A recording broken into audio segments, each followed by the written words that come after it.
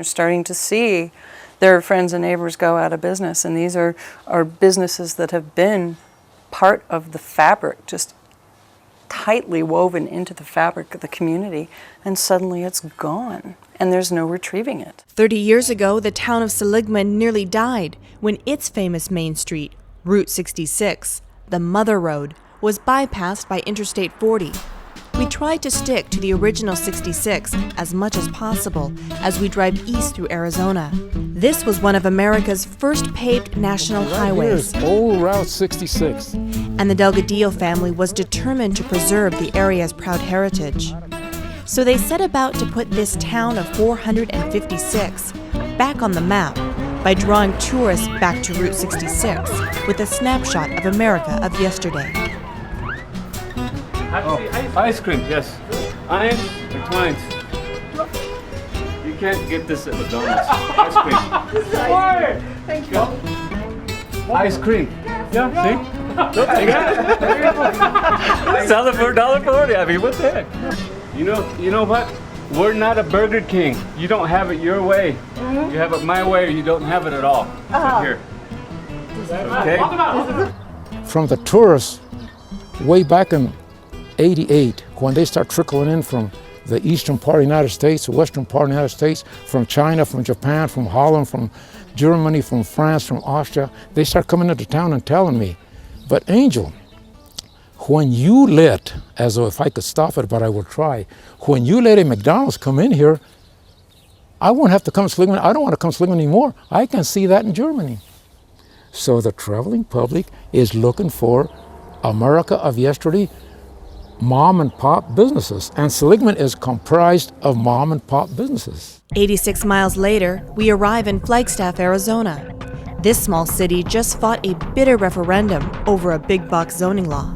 Flagstaff made international headlines when Wal-Mart paid for this full-page ad in the Arizona Sun, comparing the local government to Nazis for passing the law. Wal-Mart already has 2 stores in Flagstaff, a 135,000 square foot Sam's Club warehouse, and this regular Walmart, which does not sell groceries. No one here had any problem with those businesses. But the City Council's new law would ban any new retail space over 125,000 square feet.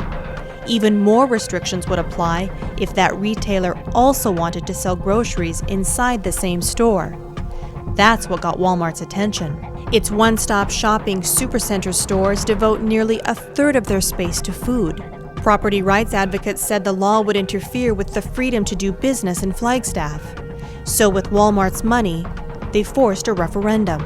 We contacted Walmart because we knew that they would have a stake in this, and they were gracious enough to step up to the plate and give us the funds that we would need to contact all the voters. There was nobody trying to keep any national chain out.